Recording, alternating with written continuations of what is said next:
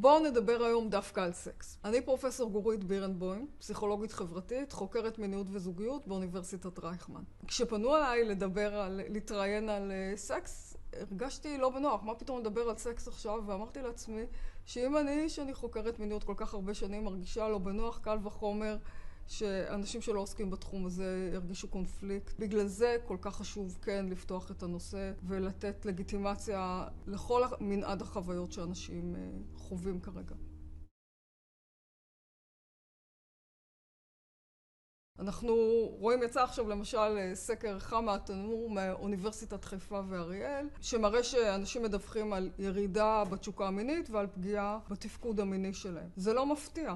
הרבה אנשים בתגובה הראשונה שלהם הייתה, מי בכלל יכול לחשוב על סקס עכשיו? אנחנו בשוק, אנחנו בהלם, זה הדבר האחרון שעולה לנו וצף בראש. המגמה הזו של ירידה בתפקוד לא מפתיע. יחד עם זאת, חלק מההתמודדות שלנו היא כן לנסות לדבוק בחיים, וסקס הוא ערוץ החיים, הוא מקור החיים, הוא סימבול ליצירת חיים. וגם אם אנשים כרגע לא רוצים בפועל ליצור חיים, ככה הם מתעלים את הצורך הזה של לחיות ולהראות שאנחנו מנצחים.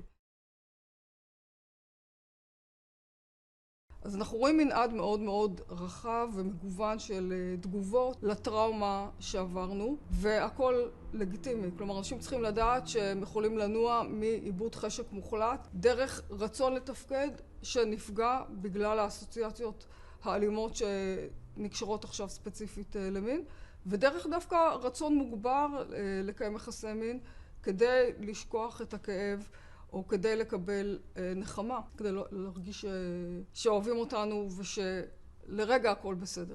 בגלל שלבני זוג, באותו קשר, לאנשים שונים יש לפעמים משמעויות שונות למין. אחד זקוק לחום ונחמה, והשני לא יכול לחשוב עכשיו על מין כי הוא מדוכא וזקוק לשקט עם עצמו, ונוצר מצב שיש פער בין מה שאני צריכה למה שבן הזוג שלי צריך, והפער הזה יוצר המון כעסים ותאומת ובונה סוג של חומה בין בני הזוג, שאחד מהם נניח רוצה סקס והוא מרגיש שהשני דוחה אותו. בגלל זה מאוד מאוד חשוב שבני הזוג ינסו לגייס את האמפתיה הזה של זה ולהבין מאיפה הם באים ומה הם צריכים, כדי שבן הזוג ינסה להתגייס ולהבין איך אפשר למלא את הצרכים של עצמו ושלהם בצורה מיטבית.